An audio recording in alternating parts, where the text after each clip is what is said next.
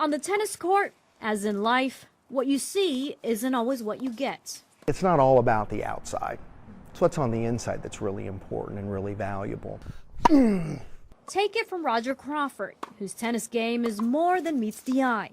His driving forehand and precise backhand belie what doctors predicted early on. Well, when I was born, they told my parents that I wouldn't be able to walk, but I was fortunate that I had parents that didn't buy into that. Neither did Crawford, nor Tony Fisher, his coach for decades now. Every technique that I taught him, he excelled at and practiced and practiced. That was no easy feat. Crawford has 2 fingers on his left hand, 1 finger on his right, 3 toes on his right foot, and he wears a prosthesis because his left leg was amputated when he was 5. When people ask me about that, I really hardly think about being different. You know, I've always grown up believing that everybody's got handicaps. It's real handicaps you can overcome. But what Crawford calls imaginary handicaps, self-doubt, negativity, and anxiety, which often plague the rest of us, did not stop him. We all have ups and downs, and he just wasn't going to buy into the down part.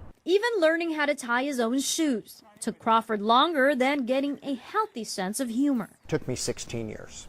And I kid you not, the day I learned how to tie my shoes, they come out with Velcro. Right? Where was that when I was growing up, right? But Crawford didn't need it. He played varsity tennis in high school. His record, 47 wins and 6 losses. It gave me something I could point to and say, you know, I do that well. It gave me a sense of self-confidence and self-esteem. And that came from the first moment he picked up a racket. My finger gets stuck in between the 2 parallel bars. That's how I learned how to hold the racket. People always say, gosh, that's so ingenious how you came up with that grip. Well, it was actually an accident. An accident that later allowed him to be the first Division I athlete with 4 impaired limbs at Loyola Marymount. I played this guy one time, and throughout the entire match, I wore long warm-up pants. So he doesn't realize until the match was over that I wore an artificial leg.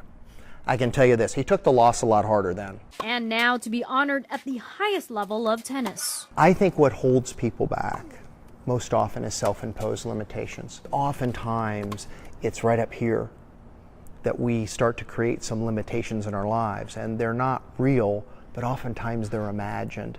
So Crawford says it's not what you see that matters, it's what you choose to believe about what you see. In Lincoln, Claire Dwan, KCRA 3 News.